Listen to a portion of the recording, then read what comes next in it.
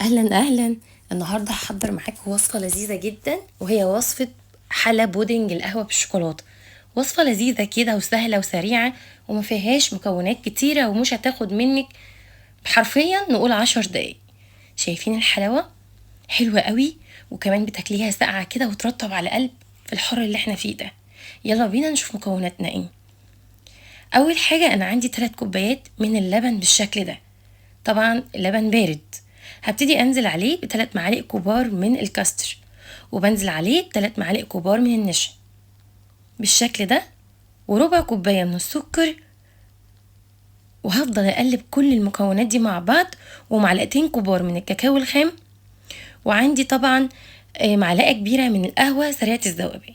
هقلب كله كده مع بعض، مش هياخد منك 10 دقايق، بلاش 10 دقايق كتير، كمان 5 دقايق. بعد ما بنشيل المكونات دي كلها بنرفعها على النار لغاية ما بنخليها تتقل، وقوامها يتقل معايا. عندي اي نوع بسكوت سادة زي ما انت شايفة كده، بسكوت شاي بنكسره.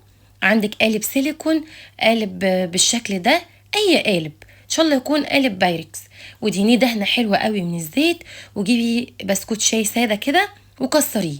بعد ما رفعنا كل المقادير او المكونات بتاعتي على النار لغايه النشا واللبن والقوام ما تقل بالشكل ده، هبتدي انزل على البسكوت اللي انا كسرته.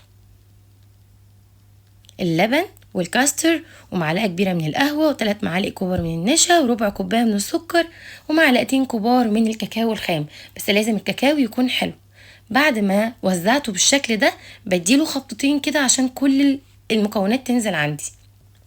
بسيبها ليله كامله في التلاجة.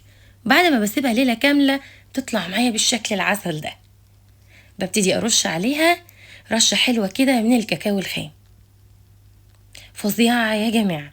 وانا اديتها كده رشه بسيطه من صوص الشوكليت. طبعا ده لو متوفر عندك، مش متوفر مش لازم خالص، بس برضو بيحل الطعم وبيخليها حلوه قوي. الوصفه طريه كده جميله، وكانت بارده وطعمها حلو قوي، ومكوناتها كلها بسيطه ومش مكلفه. ولو عجبك الفيديو لايك وشير، وبالهنا والشفا مقدما. باي باي.